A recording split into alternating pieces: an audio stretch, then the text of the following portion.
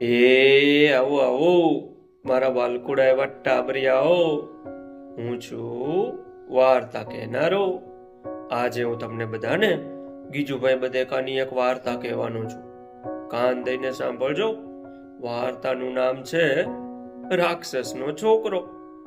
હા, ત્યાંથી સાંભળજો અને તમે તમારા ભાઈબંધ ને બેનપણીઓને આ વાર્તા કહેજો. ભાઈ, એક હતી રાજકુંવરી, એનું નામ સોનબાઈ. આ સોનબાઈ ને એક ભાઈ. તે આ ભાઈ બેન રોજ તળાવની પાળે રમવા જાય. ભાઈ, તળાવની પાળે પાર નહીં એટલા બધા મોર હો. સોનબાઈ ને તો મોર બહુ ગમે. આખો દિવસ એની સાથે રમ્યા જ કરે. 2 વખત ખાલી ઘેર જમવા જાય. એટલો બધો મોર ગમે સોનબાઈ ને હો. સોનબાઈ મોરને રોજ નવરાવે, ધોવરાવે, ખવરાવે, પીવરાવે અને એને મજા કરાવે. પછી મોર તો થન નાચે, ટેહું ટેહું બોલે અને રૂપાળી મજાની કળા કરે. ભાઈ, તમે મોરને કળા કરતો જોયો છે ને? હા, પણ આ તળાવની અંદર એક મહેલ હતો. એમાં એક રાક્ષસનો છોકરો રહે. એને સોનબાઈ સાથે પરણવાનું મન થયું, લગ્ન કરવાનું મન થયું. ઘણા વાના કર્યા, પણ સોનબાઈ કે મારે એની સાથે નથી પરણવું, હું ન પરણું. સોનબાઈ તો રાજકુંવરી, રૂપનો અવતાર. એવી કુંવરી કઈ ભૂંડા મોઢા વાળા છોકરાને પરણે છોકરાઓ.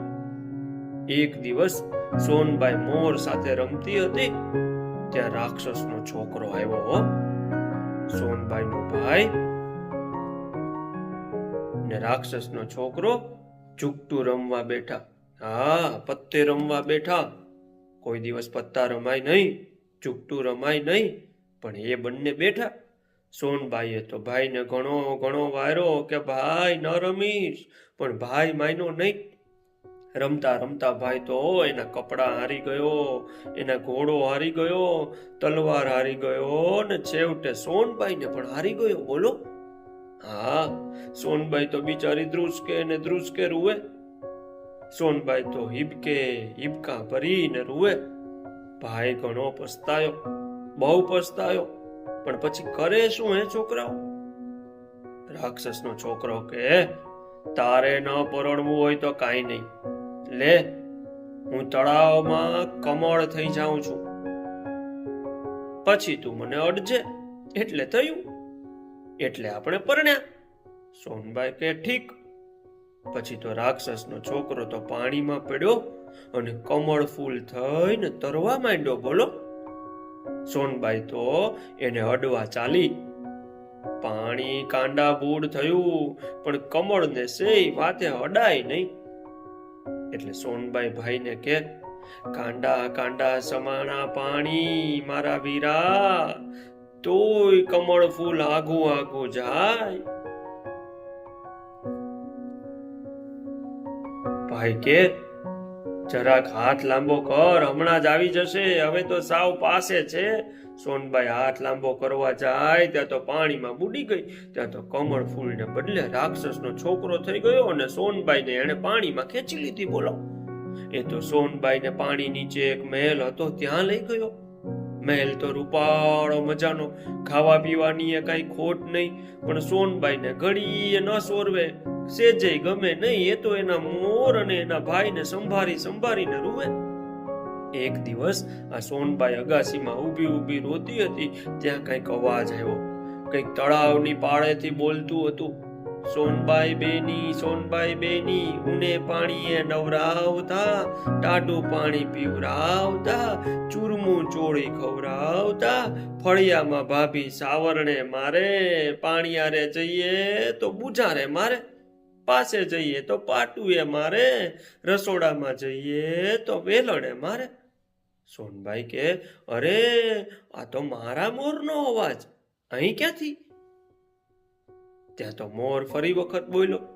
સોનબાઈ બેની ઉને પાણીએ નવરાવતા, ટાઢું પાણી પીવરાવતા, ચૂરમું ચોળી ખવરાવતા, ફળિયામાં ભાભી સાવરણે મારે, પાણીયારે જઈએ તો બુઝારે મારે, પાસે જઈએ તો પાટુએ મારે, અને રસોડામાં જઈએ તો વેલણે મારે. સોનબાઈ કહે, અરે આ તો મારો જ મોર, કાંઠેથી બોલે છે. સોનબાઈ ત્યાં બેઠી બેઠી બોલી, શું કરું મોરલા, શું કરું મોરલા, ભાઈએ રાક્ષસને આપી, રાક્ષસ સુપડ ગૂંથાવે, સુપડ ગૂંથતા ન આવડે, રાક્ષસ તો સબ સોટા મારે. મોર કે, સોનબાઈ બેની બોલી ખરી. સોનબાઈ ની તો દુઃખના દાડા એવા લાગે છે. ત્યાં તો સોનબાઈ ફરીવાર બોલી, ઓ છોકરાઓ, શું કરું મોરલા, શું કરું મોરલા, ભાઈએ રાક્ષસને આપી, રાક્ષસ સુપડ ગૂંથાવે, સુપડ ગૂંથતા ન આવડે, રાક્ષસ સબ સોટા મારે.